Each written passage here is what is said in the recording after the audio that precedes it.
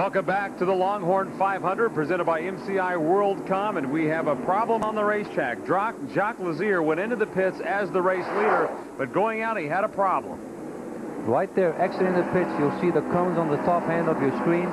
That's where the rev limiter will stop working, and he had too much throttle when it stopped working. And then all of a sudden, boom, all the power came in and he lost it on cold tires. Talking about the rev limiter, you're talking about the button that keeps the car at a certain number of revs to stay under the posted speed limit of 80 miles an hour, correct? That's right. It will shut itself off as soon as he leaves the pits and he crosses those lines. And you depress the button. No. You don't use the button because the button you use just coming into the pit, right. It will work for you. Slow-mo, we're going to show you the cones that Ari is talking about. There they were. And right there is where the speed limiter would shut off.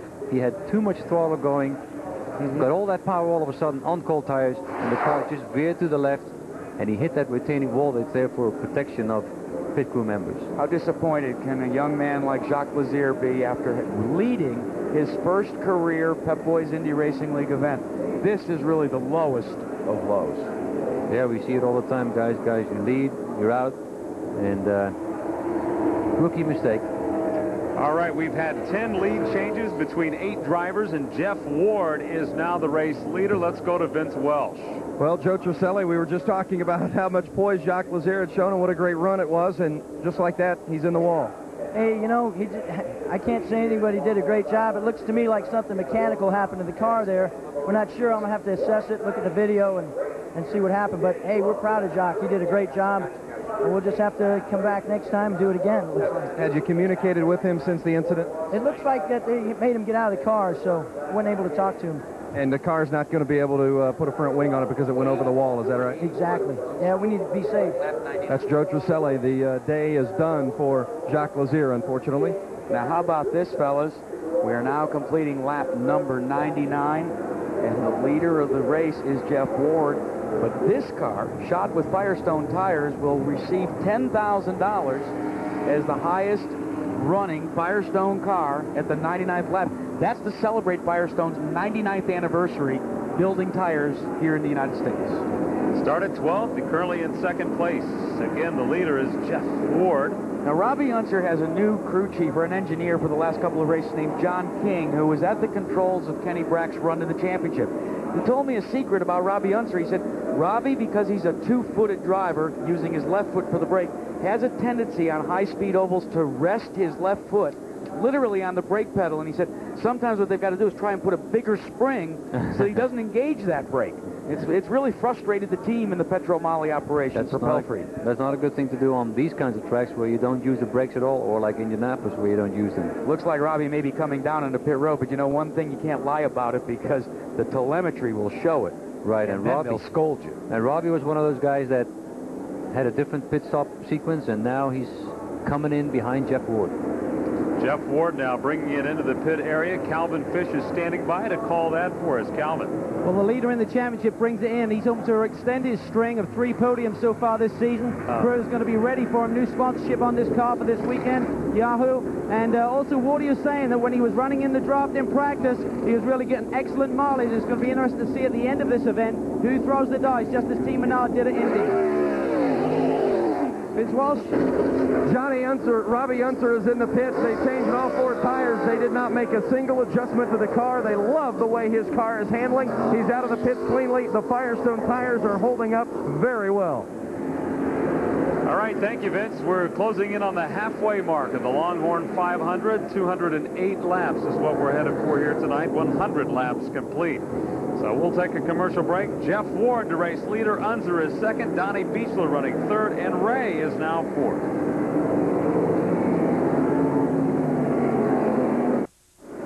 You're watching this Fox Sports Net presentation of the Longhorn 500, and after the yellows, look at this. Greg Ray is back up front, and Goodyear is second. Jeff Ward has fallen to third. Let's go to Calvin Fish. Well, a problem with Jeff Ward's car, when he came in, they did the wheel change. They looked inside the right rear. You can see the fluid in here. They're hoping it's not brake fluid. I spoke to Mitch Davis. He's pretty sure it's just grease from the upright. They're going to leave him out, but look for any problems from the right rear on the number 21 machine. Boy, I don't know if they're going to tell him that on the radio, because that doesn't make you feel real comfortable knowing that you have all that stuff on the inside of your wheel. We're getting ready for a restart here. Pace car pulls back into the pit area, and here we go. The restart on lap 103. Restart. Now those cars directly in the screen right there, they are lapped machines. They're at the tail end of laps. Your leader. We've got a car spinning.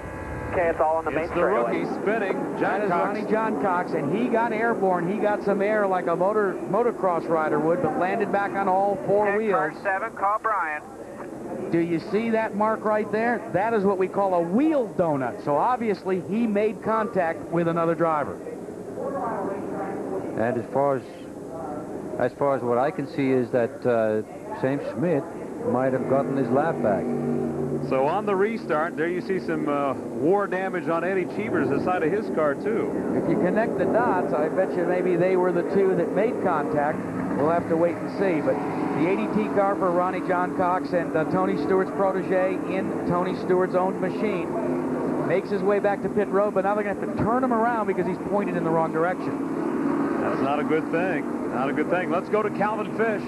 Well, the team are trying to turn him around. A big tire mark on the right side side part of the car. Larry Curry said he wasn't sure what was happening there. You saw Ronnie give a big stare to his crew chief as they made the turnaround. He's obviously concerned about if there's any other damage to the car. It looks okay other than the tire rub, but they're going to do a tire change and try and get him back into the action. So 4 tire change for Ronnie John Cox. We think we have found the culprit. The 2 men that have come connected. Now watch on this replay. Let's stop it right here just for a second. Stop it, please. This is Eddie Cheever, and this is Ronnie John Cox. Now roll it. They come closer and closer, exiting the corner. Now stop it here. That's what happens when you connect tire to tire, side pod to side pod. That was clearly a situation where Ronnie could have seen him come down because Eddie was a little slow there, and the spotter could have helped him in that instance as well. Do you see the effects of the grass, folks? The grass, John Cox was sliding along very nicely. Then he hit the pavement from the Legends track here, and he got some big air underneath that ADT security special. Yeah. Who said that white guys can't jump, huh? And we're going to tell you there's some good news for you, your teammate Sam Schmidt is back on the lead lap after that series of yellows, along with Stephane Gregoire. He runs in 7th. There's the Sprint PCS machine. Let's go to Vince Welsh. One driver that has not had a problem today has been Scott Goodyear. His team is very happy with the car. Crew Chief Kevin Blanche told me before the race they had a philosophy to go to the front and run hard all night long. They said, he told Scott Goodyear, he said, Scott, you get us 5 positions and we'll get you 3 positions in the pits. That'll take him from the 8th starting position to number 1. Right now he sits 2nd on the grid. Now there is John Barnes, one of the co-owners of the Pennzoil Panther machine. I remember in qualifying, I asked Kevin Blanche what happened because obviously Scott Goodyear was disappointed in his qualifying effort. He said, we threw everything we could think of at the car, and the car didn't like it. And by the time Goodyear got back in, I found out he didn't like it either. Atlanta, buddy. He didn't like it at all. Atlanta. But hey, positive thinking is a great thing. And Sam Schmidt is coming back in the pit. I think this is a strategic move. Well, take a look at it. 106 laps have been completed. If we're taking a look at some extended cautions, you could literally do this race in 1 more stop. Exactly. Good move. 1 more yellow out on the racetrack tonight, then he's got enough fuel to just do 1 more pit stop.